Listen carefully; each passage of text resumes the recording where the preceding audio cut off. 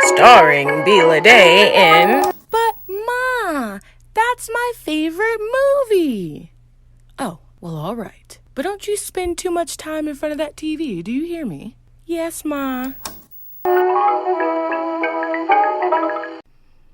Woo, child, the ghetto. Oh my God. Earth is just not what it is. And I, just like everybody else, am going through it. If you're under a rock, we are currently waiting on the results to find out who the next president will be. I'm definitely not going to go into politics here, not going to share any views because we're here to talk about movies and we're here to have a good time. But I just had to mention that because now this episode normally would come out on a Thursday, but I'm actually recording it super late, which I end up doing every week. And I always try to plan to, film it ahead of time so I can give myself time to be able to record, edit, upload it, all that good stuff. But, this was election week. Can we have a real moment right now? Just a real moment. As a creator, sometimes it's really hard to create, especially because I know for me, I have to be in a mood. I have to be feeling good. I have to feel inspired. I have to feel motivated. And a lot of the time it's not there. That motivation isn't there. The spark isn't there. And I just want to be on social media and that's it. But I have to push myself. She's a pusher, a drug pusher. If you know what movie that's from, that's in the Mean Girl episode. I didn't talk about that quote, but saying that made me think of that. But anywho, I like to push myself. So even with me mentally not always being there, feeling a little unmotivated, just not feeling, as inspired to create, I still push myself because you know what? We are all human. We are all made differently. And we ultimately, you know, every day is not going to be your best day. And sometimes you're going to have a bunch of crappy days in a row. And, it happens. It's a part of life. It's not about what mood you're in. It's not about necessarily what your headspace is. It's how you can overcome it. That's what it's all about. And so I'm sitting here today, and hopefully, maybe this will encourage someone else. But even though you don't feel like doing something, especially talking to my creators out there, if you don't feel like doing something, just remember that once you get it done, you're going to feel so much better about yourself because I know, frankly, anytime I actually record my episode, I feel a hell of a lot better afterwards and I feel accomplished. But it's always just, it's like you're driving down this narrow road, you're going to get to the bridge, but you're like dreading getting over the bridge because it's just a lot of work. But once you get over it, it's smooth sailing from there. And so that's what I deal with. And that was me just being honest. I normally like to, I want to keep a positive attitude. I want to be happy. But sometimes, you know what? It helps when you hear someone else, what they're going through. And then you can think, oh, well, dang, that's how I feel. And then hopefully maybe that can motivate you to say, well, they pushed through it. I can do it too. And I have like two other podcasts, but I have my No Bake Motivate podcast, which I do not update as frequently as this one. This has been my main focus, but I do plan on definitely, doing an episode kind of, just checking on people and stuff and providing some encouragement in these dark times. Well, hello. Okay, guys, we're going to get back to our regularly scheduled episode. Okay. Welcome back to another episode of my podcast. But Ma, okay, see, And it's funny because I'm used to saying it that way, but I want to say it a little different. So let me rewind. Welcome back to another episode of my podcast, But Ma, That's My Favorite Movie. And I am your host, B. Lede. And we have a very fun episode for you today. And we're going to get into that. But first, after I said all of that stuff, I want to thank my listeners. So if you're still listening, even though 4 minutes in, I haven't even introduced myself. I didn't, haven't really gotten to the episode. But if you are still here, thank you. Thank you for hanging in. Because I want to thank all of my returning listeners. If you have came back to listen to yet another episode, which this is going to be episode 24, I believe. Guys, sometimes my brain is all over the place, and then I'm like, oh yes, we're on episode 24. Can you believe that, guys? Started from the bottom, now we're here. Yeah, so episode 24. So yeah, you've came back. I appreciate you. You're a real one, period. Now, if you are a new listener, you are listening to my podcast for the very first time, well, then welcome. And thank you so much for lending us your ear, or lending me your ear. I say us because it's like all of us, but lending me your ear, for taking the time to check out this podcast to see what it's all about. And you will definitely be in for a treat today, which I hope will keep you coming back for more. Now, today's episode is titled, But Ma, That's My Favorite Nickelodeon TV Movie. So, the theme, Nickelodeon TV movies, it's pretty self-explanatory, but we are going to get into this together, okay? So now, if you are a 80s, 90s baby, I'm personally a 92 baby, but I did get to experience kind of the butt end of the Nickelodeon era. I got to enjoy it. But anywho, whoever, or like whatever time you were born around like the 80s, 90s, you know exactly what Nickelodeon is, okay? Nickelodeon was the go-to channel for young kids, teenagers. We enjoyed Nickelodeon. And this was even before like Disney was popping, because once upon a time, Nickelodeon was the ish, and no one was really checking for Disney like that. And so what we're going to do is we're going to dive into some Nickelodeon classic movies, because they had wonderful content. They had so many different shows, but they also had movies. Now, if you're wondering why I'm specifying Nickelodeon TV movie, I say that because these movies that we're going to talk about today didn't necessarily come to the theaters. You know what? I didn't really verify that. I think they're TV movies, if I'm not mistaken. Please correct me if I'm wrong.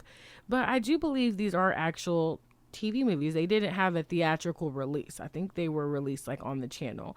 Don't get me to lying. To be honest, I don't feel like looking it up. I think they came out on the network, but if they didn't, you can write me a comment and be like, girl, you were wrong. This came out to the theaters, okay? But it is what it is. So we're going to just be diving into two classic Nickelodeon movies that I absolutely adore. But first, I wanted to provide some history about Nickelodeon that you may or may not be familiar with.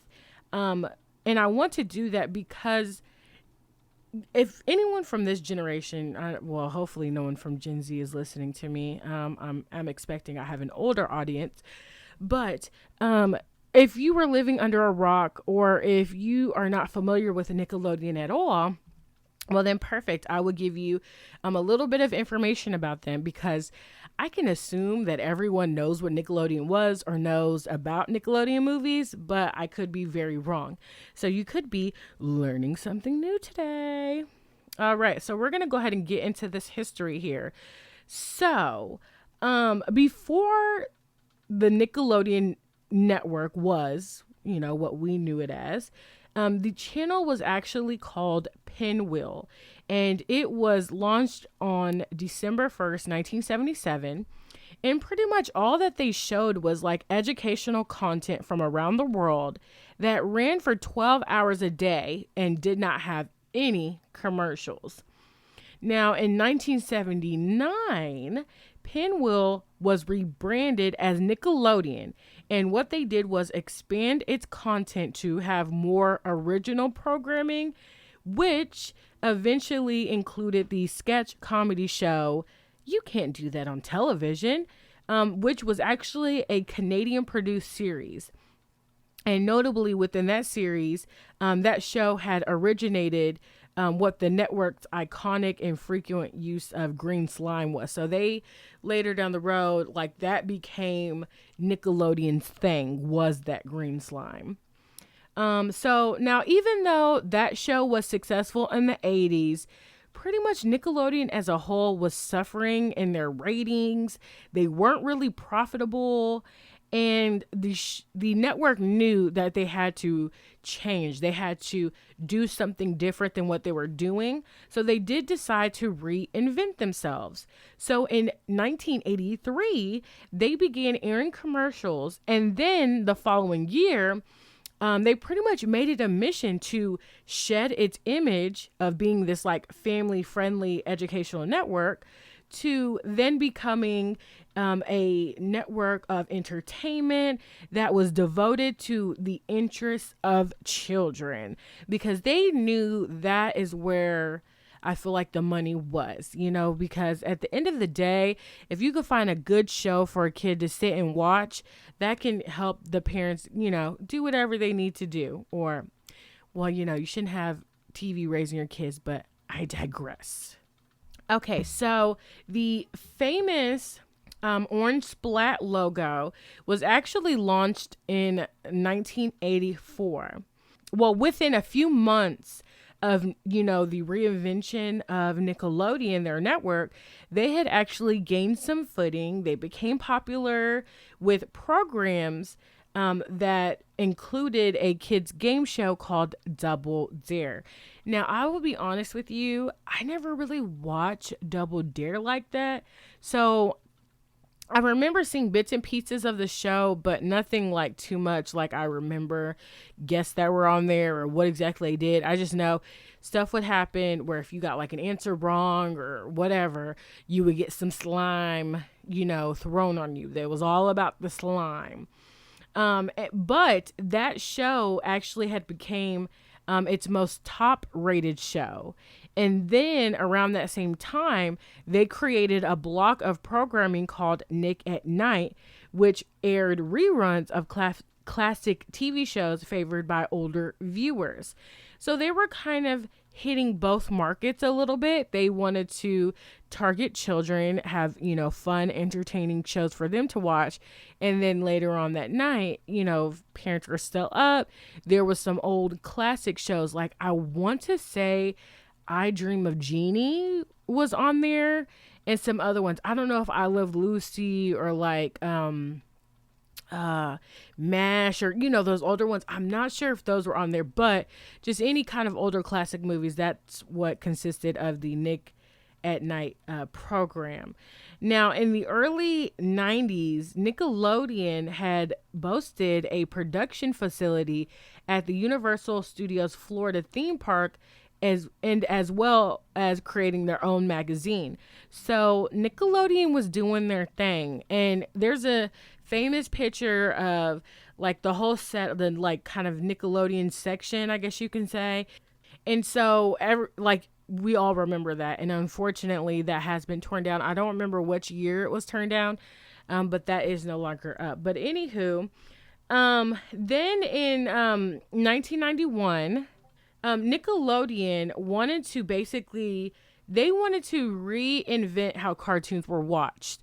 So notably, cartoons were mainly known about coming out on Saturday mornings. That was like the normal block for cartoons to come out.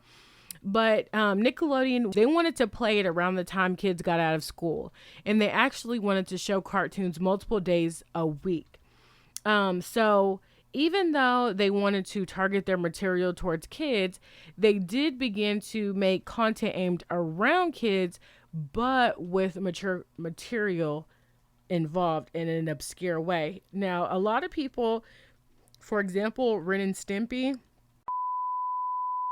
Hello everyone, this is Bila Day. Sorry to interrupt this episode, but I just wanted to let you know that you were only listening to a preview. So if you would like to listen to the rest of this episode, then you can definitely go to the website, butmathat'smyfavoritemovie.com, or you can go directly to any of these platforms for the full episode.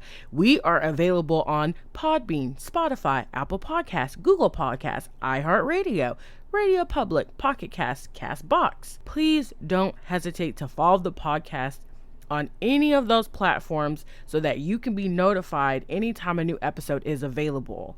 If you didn't know, our primary release day is every Thursday, but be on the lookout for bonus content as well. Now, if you've listened to the But Ma, That's My Favorite Movie podcast before, that's awesome. Thank you. I appreciate it. So if you have a friend that loves movies like we do, then definitely go ahead and share this podcast with them. And if you're a new listener and you do end up enjoying the podcast, well, then you go ahead and share with a friend too.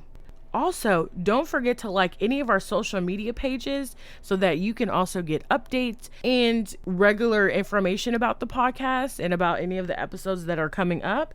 The social media sites that we have a presence on are Facebook, Instagram, and Twitter. And also, if you want to leave a review, whether constructive or positive, we'd appreciate that too. All right, go ahead and get over to one of the other platforms so we can finish getting into the rest of these movies.